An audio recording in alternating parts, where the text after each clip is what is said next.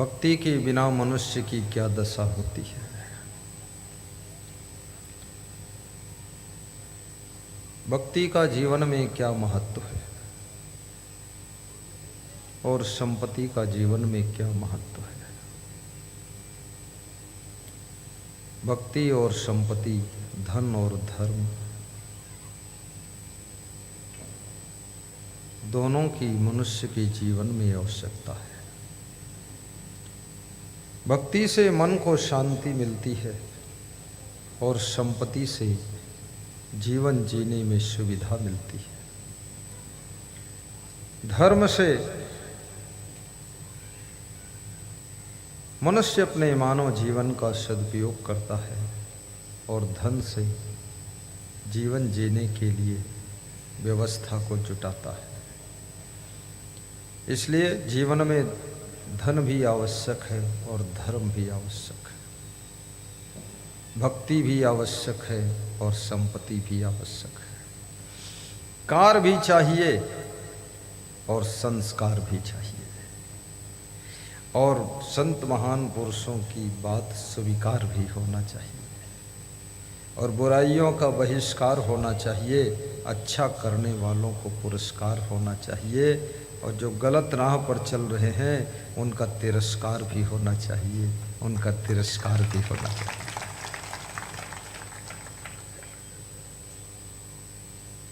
जीवन तो सबको मिला है और सभी जी रहे हैं, लेकिन सब अपने अपने ढंग से जी रहे हैं।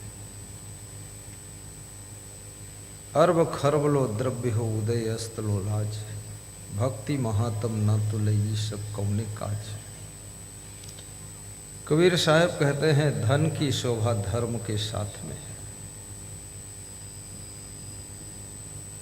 कितने तुम धनवान हो जाओ लेकिन विधर्मी हो गए, अधर्मी हो गए, धर्म छोड़ दिया, मानव से दानव बन गए, राक्षसी आहार करने लग गए, वो तुम्हारा धन किस काम का है।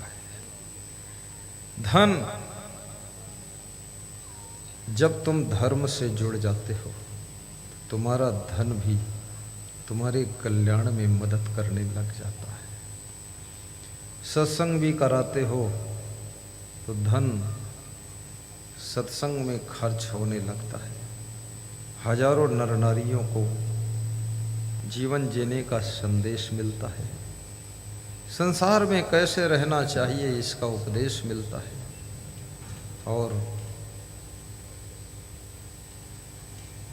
भारतेंदु हरिश्चंद्र नाम के महाकवि ने कहा है, ये संसार काजल की कोठरी है।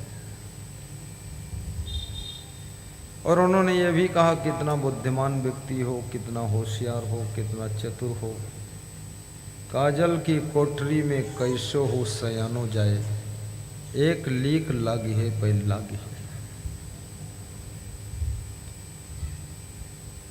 ये संसार काजल की कोठरी है, माया मोह का काजल चारों तरफ है।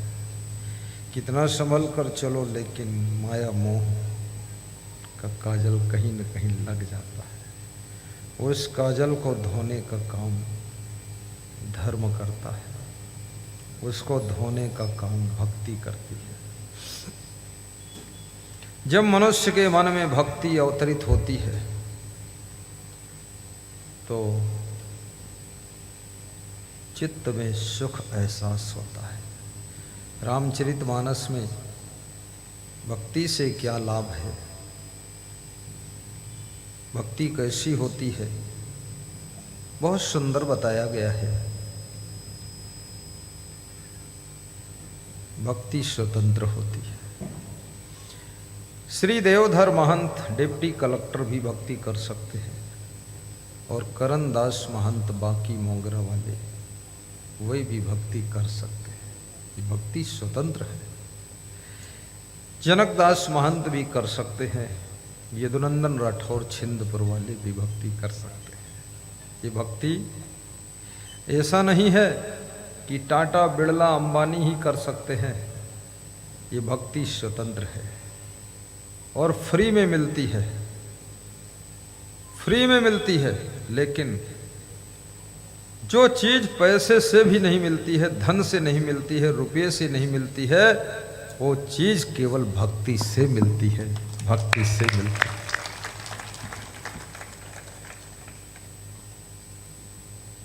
कोरबा की मार्केट में जाइए और शांति ढूंढिए कि 10 रुपये किलो शांति मिल जाए, 10 लाख रुपये लीटर शांति मिल जाए, नहीं मिले। शांति की कोई मार्केट नहीं है, कोई दुकान नहीं है, कोई शहर नहीं है। पहाड़ों पर चले जाइए और शांति तलाश करिए, वहां भी शांति नहीं मिलेगी। मैं एक पूर्णागिरी पहाड़ पर गया था। ये टनकपुर के पास में पूर्णागिरी पहाड़ है, उत्तर प्रदेश और उत्तराखंड के मध्य में। तो पूर्णागिरी देवी है वहाँ, जैसे यहाँ बमलेश्वरी देवी है। डोंगर गांव है, क्या है, डोंगरगढ़ में है। तो पूर्णागिरी देवी, पूर्णागिरी देवी इसलिए नाम रखा गया कि वहाँ जाओगे, गिरी माने पहाड़, पूर्णा माने पूर्ण करने वाली। पहाड़ पर ऐसी देवी रहती है जो आपकी कामना को पूर्ण कर देती है, इसलिए उसका नाम पूर्णागिरी देवी है। मेरा प्रवचन वहीं था खटीमा में, किच्छा बहेड़ी खटीमा टनकपुर। तो मैं तो जाना नहीं चाहता था, क्योंकि मुझे तो आत्मज्ञान है। मैं जानता हूँ पूर्णागिरी और महापूर्णागिरी और जंगलीनाथ, भंगलीनाथ, डमलेश्वरी, कमलेश्वरी और ये देवी और देवता, सबका स्थान हृदय की शुद्धता में ही सभी देवी देवताओं का वास रहता है। परंतु भक्त लोग समझा बुझाकर हमको ले गए। बहुत ऊंचाई पर चढ़ना पड़ा, बहुत सीढ़ियाँ चढ़नी पड़ी। उस समय उम्र भी अच्छी थी, 15-20 साल पहले चढ़ भी गए दौड़कर। अब कोई कहे पूर्णागिरी का दर्शन करने के लिए 1000 सीढ़ी चढ़ो, तो मैं कहूँगा कि पूर्णागिरी नीचे उतर के आ जाए तो ज़्यादा अच्छा, क्योंकि इतना चढ़ना भी कठिन है।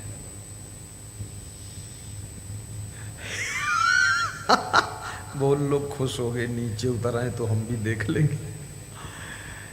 तो वहाँ जब मैं गया तो जो रास्ता था पानी से थोड़ा थोड़ा भीगा हुआ था और रास्ता सकरा था, बड़ा खतरनाक था।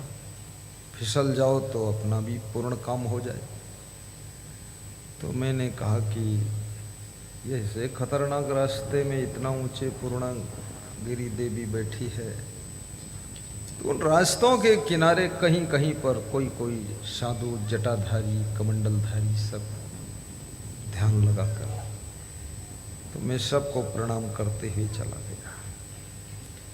जब पूर्णागिरी देवी के मंदिर में गया और वहाँ जो पुजारी मुख्य था, तो हमने कहा पुजारी, देवी जी को बहुत लोग दान दक्षिणा देते भी हैं, तुमको कोई देता है कि नहीं देता है, ये बताओ, दिल पे हाथ धर के बता दो। बोले गुरुजी हमको कोई नहीं देता है। तो हमने कहा हम तुमको दे देंगे।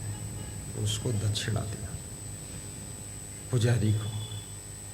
याद रखना, कभी कभी बड़े लोगों के बीच में छोटे लोग भूल जाते हैं। बड़े पेड़ों की छाया में छोटे पेड़ में पानी डालना भी लोग भूल जाते हैं। पुजारी जब मैं मंदिर से बाहर निकला तो मेरे साथ आया। तो हमने कहा पुजारी तुम मंदिर में बैठो, और लोग आ रहे हैं, सब दर्शनार्थी भीड़ है, उनको सेटिंग करो। बोले सेटिंग सब हो जाएगी, आप जैसा हमको व्यक्ति पहली बार मिला है जो हमें कुछ दिया है, इसलिए हमारा मन है तुम्हारे साथ रहूं थोड़ा। तो हमने कहा गरीबी बहुत है क्या? बोले पूर्णागिरी माता ने सबका पूर्ण किया हो या न किया हो, लेकिन हमारा भाई पूर्ण हुआ नहीं कुछ।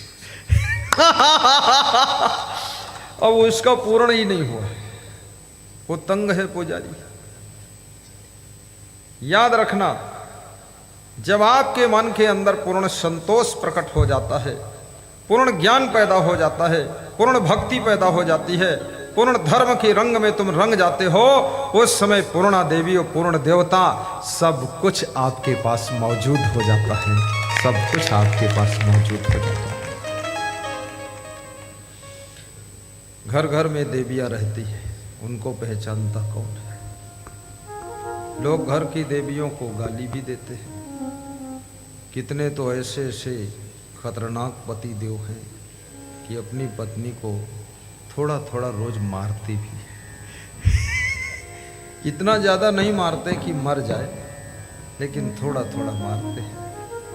वो थोड़ा थोड़ा रोती है, थोड़ा थोड़ा दुखी होती है, और वो भी सोचती है अब कहाँ जाऊँ, 10 साल मार खा लिया, अब थोड़ी जिंदगी और बची है, थोड़ी और मार खा लूँगी, अब इसी नालायक के साथ पड़ी रहूं, क्या करूं। स्त्रियों का जीवन भी बड़ा पराधीन हो जाता है। विवाह के पहले पुरुष बड़ा सुंदर दिखाई देता है, विवाह के बाद वो दारू पीता है, जुआ खेलता है, क्रोध करता है, उपद्रव मचाता है, बड़ी गुस्सा करता है, नाराज होता है। एक स्त्री ये सब धीरे धीरे सहती रहती है। इसलिए धरती माता के साथ में जननी माता का नाम आता है। गौ माता, भारत माता, धरती माता, जननी माता। जननी माता के अंदर बहुत सहन शक्ति होती है, धरती में भी बहुत सहन शक्ति है। कितना खोदो पीटो जोतो, उल्टा सीधा जो भी बीज डाल दोगे फसल लहलहाएगी, और पूरी पृथ्वी पर रहने वाले प्राणियों का पेट भरने का काम ये धरती माता करती है, धरती माता करती है। विश्व में जितने भी देश हैं उनमें लगभग 40% देशों में ये भारत माता अन्न, गेहूं, चावल आदि, शक्कर सबको प्रदान करती है। बहुत से ऐसे देश हैं, केवल नाम के देश हैं, एक दाना वहां पैदा नहीं होता है।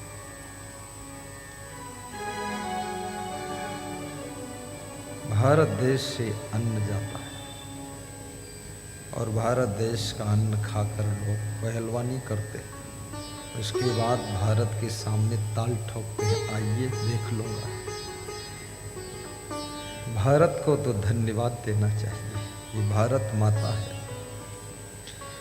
गौ माता घास भूसा खाती है और दूध बना कर देती है। धिक्कार है उन लोगों को जो गाय का दूध बेचकर, दारू खरीद कर, दूध के पैसे से दारू खरीद कर पीते हैं, उनको धिक्कार है। अगर इस धरती पर कोई अमृत है तो दूध है। दूध संपूर्ण आहार है। आपको दाल चावल सब्जी रोटी पूड़ी कचौड़ी कुछ ना मिले, अगर दूध मिल जाए तो भी तुम स्वस्थ रह सकते हो, और शक्ति रहेगा, और शरीर में हर तत्व भरपूर आ जाएगा, और पूरी जिंदगी दूध के सहारे बीत सकती है। दूध साधारण चीज नहीं, वो चाहे माँ का दूध हो, बकरी का दूध हो, चाहे गाय का दूध हो, चाहे भैंस का दूध हो, दूध में थोड़ा थोड़ा अंतर होता है। माँ का दूध बचपन के लिए टॉनिक का काम करता है, बकरी का दूध माँ के दूध से लगभग मैच करता है, और मुर्गी तो दूध देती ही नहीं है। और गधी के दूध का गुण हमको पता भी नहीं है, अगर जिसने पिया हो तो जान सकता है। पर मैं निवेदन करूंगा, गधी का दूध मत पीना। गाय का दूध पीने से फुर्ती रहती है, स्फूर्ति रहती है, चुस्ती रहती है, और भैंस का दूध पीने से थोड़ा सा सुस्ती रहती है, उदासी रहती है, भैंस जैसा आलस्य भी आता है। इसलिए जिन्होंने 10 साल भैंस का दूध पी लिया है,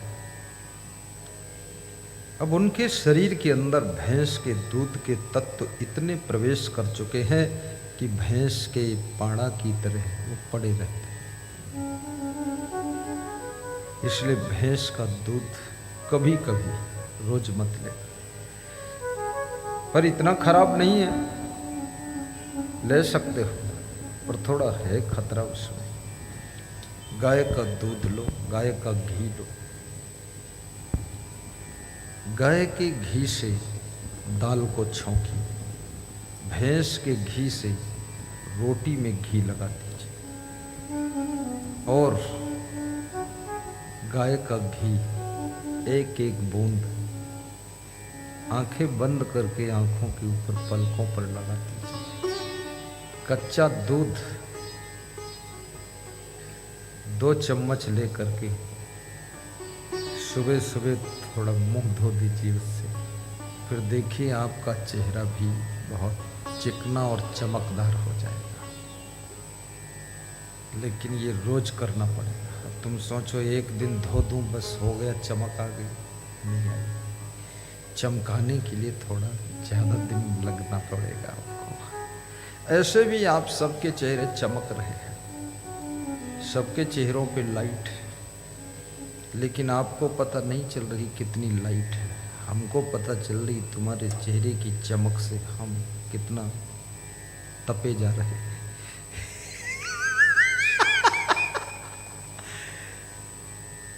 याद रखना, चेहरे में चमक कम ज्यादा हो सकती है, परंतु आपकी भक्ति में चमक है, श्रद्धा में चमक है, आपके चरित्र में चमक है, और आपकी तपस्या में चमक है। आदमी भी चमकता है, हीरा घिसने से चमकता है, लेकिन आदमी संघर्ष की चट्टानों से गुजरने के बाद चमकता है। Struggle is a life, flying is a life, journey is a life, easy is a life, hard is a life. जीवन एक उड़ान है, कहाँ बैठे हो, कहाँ चिपके हो, बहुत ऊंचे उठना है तुमको। जीवन एक लंबी यात्रा है, जहां से उपजे वहां समाने, छूट गए सब तब ही। जहां से तुम्हारा जन्म हुआ वहीं तुम समा गए, उसी माया मोह में पैदा हुए, उसी माया मोह में मर गए। कबीर साहब कहते हैं ऐसे लोग तो पीछे छूट गए।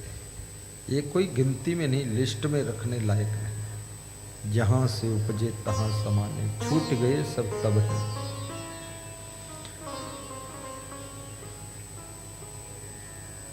अपने मन के मैल को भी धोइए, संकल्प दृढ़ लीजिए, मन को कमजोर मत कीजिए। सभी बल से बड़ा बल यदि कोई है तो मनोबल है, आत्मबल है, इससे बड़ा कोई बल नहीं। बुद्धि बल भी बहुत बड़ा बल है। नास्त मेघ समम तोयम, नास्त चा आत्म समम बलम, नास्त चच्छ समम तेजो, नास्त चा अन्न समम प्रियम। मेघ के जल से बड़ा कोई जल नहीं, आत्म बल से बड़ा कोई बल नहीं, और आँख से बड़ा कोई प्रकाश नहीं, और अन्न से बड़ा कोई प्रिय पदार्थ नहीं। कितना सोना चांदी हीरा हो, कितना सामान भरा हो, कितनी गाड़ियाँ हो, लेकिन जब भूख लगती है तो वही चावल चाहिए और सब्जी चाहिए।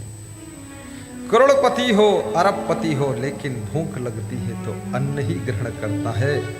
ऐसा कोई नहीं है जो हीरा और चांदी और लोहा खाता हो। इसलिए याद रखना, अन्न से प्रिय कोई पदार्थ नहीं। तो अन्न का सम्मान करना चाहिए, अन्न को फेंकना नहीं चाहिए। उतना लो थाली में कि व्यर्थ न जाए नाली में। नाली में व्यर्थ नहीं जाना चाहिए। अगर 1000 लोग आप खाने वाले हैं और एक एक पूड़ी फेंक दिया 1000 पूड़ी व्यर्थ गई और एक आदमी 5 पूड़ी खाता है तो 100 लोग, 100 पूड़ियों में 20 लोग, 1000 पूड़ी में 200 लोग, 200 लोगों के खाने भर की तुमने पूड़ी फेंका है। इसलिए अन्न ऐसे भी थोड़ा कम खाना चाहिए और जल्दी जल्दी नहीं खाना चाहिए, धीरे धीरे चबाकर खाना चाहिए और प्रसन्न होकर खाना चाहिए। खाने के लिए जाइए थोड़ा मुस्कुराइए, खाने से पहले मुस्कुराइए। खाना बनाने वाले को भी धन्यवाद देना चाहिए। कितना बनाने वाला आर्टिस्ट हो, स्पेशलिस्ट हो, लेकिन कभी कभी चूक उससे हो जाती है तो खाना बिगड़ जाता है। इसलिए खाने वालों को संतोष भी होना चाहिए। कितने लोग घर में भोजन करने जाते हैं तो स्त्रियां बहुत डर जाती हैं कि अगर ये वक्त पार हो गया तो 24 घंटे शांति से बीत जाएंगे, क्योंकि अब कनक भूधराकार शरीरा, समर भयंकर अति बलवीरा, अब पति देव रावण के रूप में आ रहे हैं, अब इनको खुश करना मुश्किल है। और कितने लोग कितना ही टेस्ट वाला भोजन हो फिर भी वो खुश नहीं होते, और कितने लोग साधारण भोजन खाकर भी मुस्कुराते हैं। और भोजन वह व्यर्थ है जिस भोजन को खाने के बाद भजन न हो। वो तो जानवर है, जानवर की तरह खा रहा है, चिड़ियों की तरह दाना चुंग रहा है, जो भजन नहीं कर रहा, भक्ति नहीं कर रहा, परोपकार नहीं कर रहा, परमार्थ नहीं, सेवार्थ नहीं, धर्मार्थ नहीं, शिक्षार्थ नहीं, संस्कार नहीं, और जगत के कल्याण के लिए कोई उसके हाथों से कार्य नहीं, ऐसा व्यक्ति तो धरती का भार है। याद रखना, वो व्यक्ति 2 पैर और 2 हाथ के रूप में जानवर का रूप लेकर आया है, उसको इंसान नहीं कहा जा सकता है। सबके बीच में रजिस्टर आ रहा है, अपना नाम पता लिख देना। पीएमओ ऑफिस से मांग आई है कि आपके सत्संग में कितने श्रोता आते हैं, उनका नाम पता चाहिए। हो सकता वहाँ से सत्संगियों के लिए कोई प्लानिंग बने, बजट बने, फंड बने, 1-1 लाख खाते में आ जाए तो लिख दो ना। अब क्योंकि पीएम साहब से भी संपर्क हमारा है तो कभी रजिस्टर दिखा दूंगा, बोल दूंगा कि ये सत्संगी लोग हैं, कुछ इन पर भी दया करो, तो हो जाएगी दया। तो आप भी चकाचक हो गए, हम भी खुश हो गए। अब लोग डबल डबल मत लिख देना फिर, अब ऐसा भी नहीं, क्योंकि झूठ वाला काम गलत है। जो हैं वही लोग लिखो। भूषण दास महंत बहुत खुश हैं कि ऐसी बात गुरुदेव ने बताई है, कोई लिखने से चूकेगा ही नहीं। लोग सोच रहे हैं कहाँ रजिस्टर है भाई, आ जाए। और मैं तो कहूँगा 2-3 रजिस्टर चला तो जल्दी निपट जाए लोग। चल रहा है बस।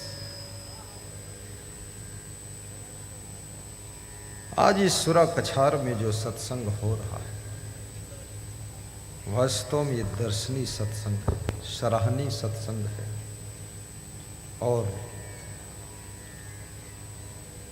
श्रवण करने योग्य सत्संग है। क्योंकि कितना प्रचार किया है महान भक्त श्री जनकदास ने, उनके फैमिली के भाइयों ने, भतीजों ने, उनकी बेटियों ने, क्योंकि मुझे बिल्कुल उम्मीद नहीं थी कि इतने लोग यहाँ आएंगे, परंतु जगह कम पड़ रही है। और मैं तो ये सोचता हूँ कि बार बार सत्संग सूरा कछार में हो, कोरबा में हो, हर जिले में हो, और जब जब कोई भक्त रिटायर हो तो रिटायरमेंट के उपलक्ष्य में एक बार सत्संग उसकी ओर से हो। इसी प्रकार से हमारे डीडी महंत डिप्टी कलेक्टर पद से रिटायर हुए हैं, इनको भी एक बार सत्संग कराना चाहिए। थोड़ा रिटायरमेंट का पैसा सत्संग में भी लगाना चाहिए। भूषण दास तुम भी सोच लो। पैसा है जिसके पास वो दुनिया में लाल है, और सत्संग अगर ना कराए तो फिर ता ठन ठन गोपाल है, ठन ठन गोपाल। बहुत जरूरी है, क्योंकि मनुष्य का सुधार तो मनुष्य ही करेगा, और कौन करेगा।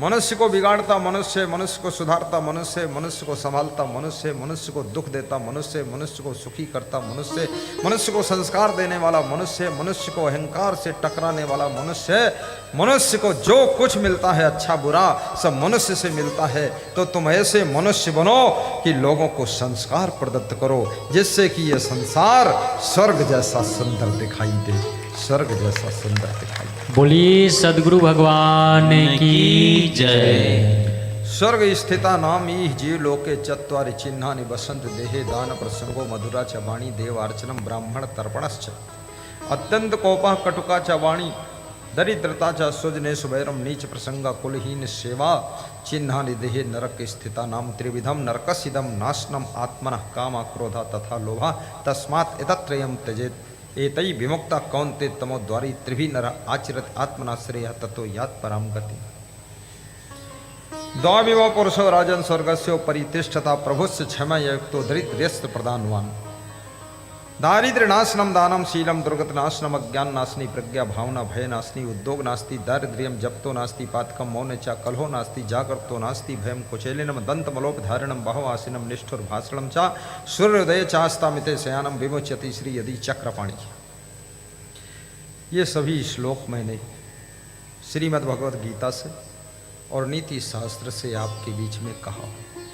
जल्दी जल्दी इसलिए कहा हूँ क्योंकि समय कम है, बहुत सी बातें कहनी है और घड़ी कह रही है, थोड़ा समय का ध्यान भी रखना, इसलिए शीघ्रता